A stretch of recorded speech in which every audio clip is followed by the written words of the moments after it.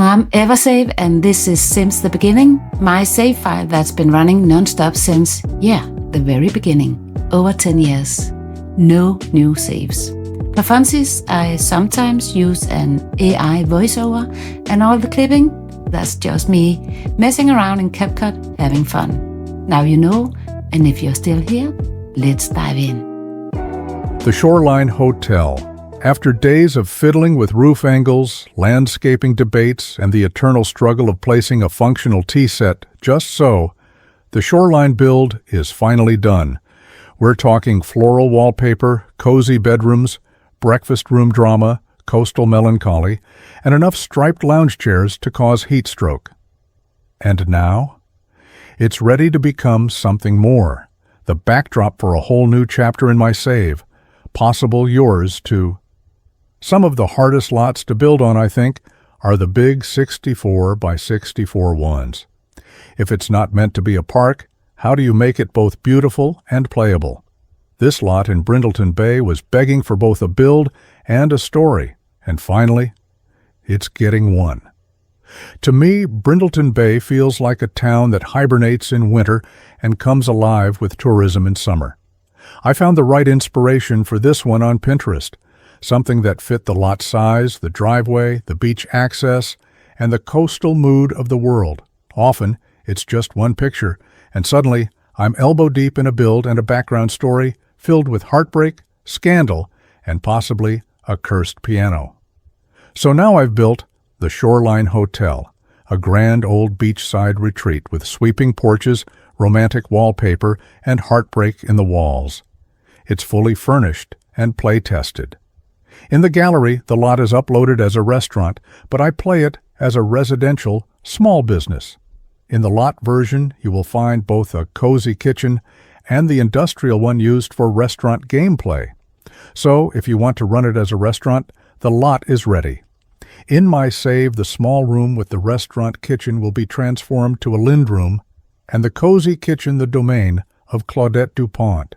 You can choose to do the same. If you want to play like I do, here's how. A household can own multiple small businesses, but only one can be open at a time. Each sim in the household can own their own small business, but they can't run multiple businesses simultaneously. And actually, that's fine, because I need different business setups so that my guest eats breakfast, enjoys the bar later in the evening, and sleeps only in nighttime. I manage one household, the hotel crew plus the owner. Depending on the time of day, I switch who's in charge. Morning and day, that's Claudette running breakfast and lunch, and the guest enjoys the sun, or even playing golf. I will leave the link to the amazing mod down below. Activities will be eating, swimming, drinking tea, and playing cards.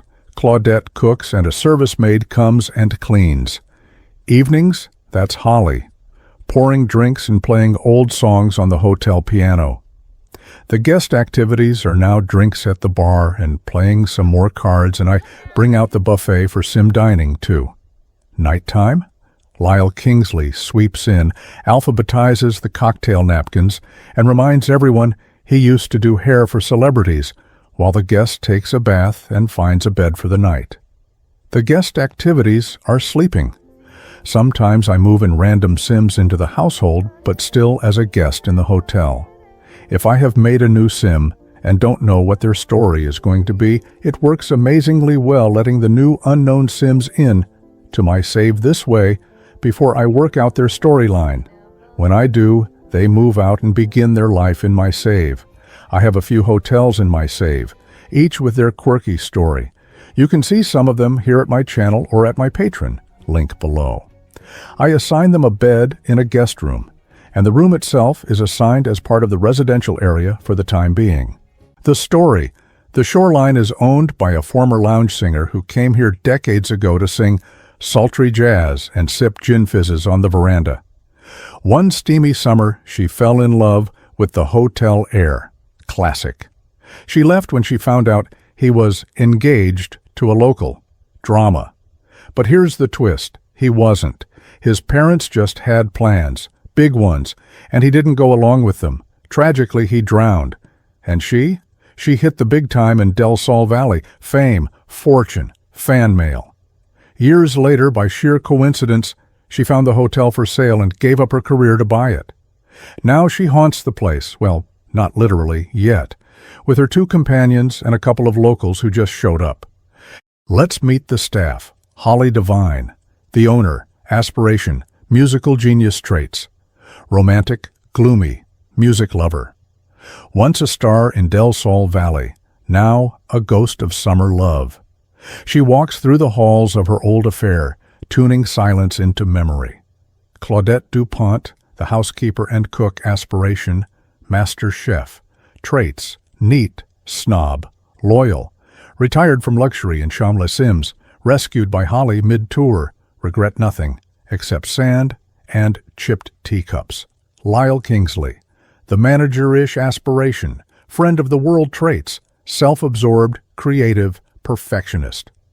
Former stylist, life coach, and disaster manager, alphabetizes linens now, still has an opinion on everything. Étienne Laurent, the lost heir, deceased and a ghost. Aspiration, soulmate. Traits, good romantic, bookworm. Meant to inherit the hotel, meant to marry someone else, didn't. The sea kept the rest, the love of Holly Devine.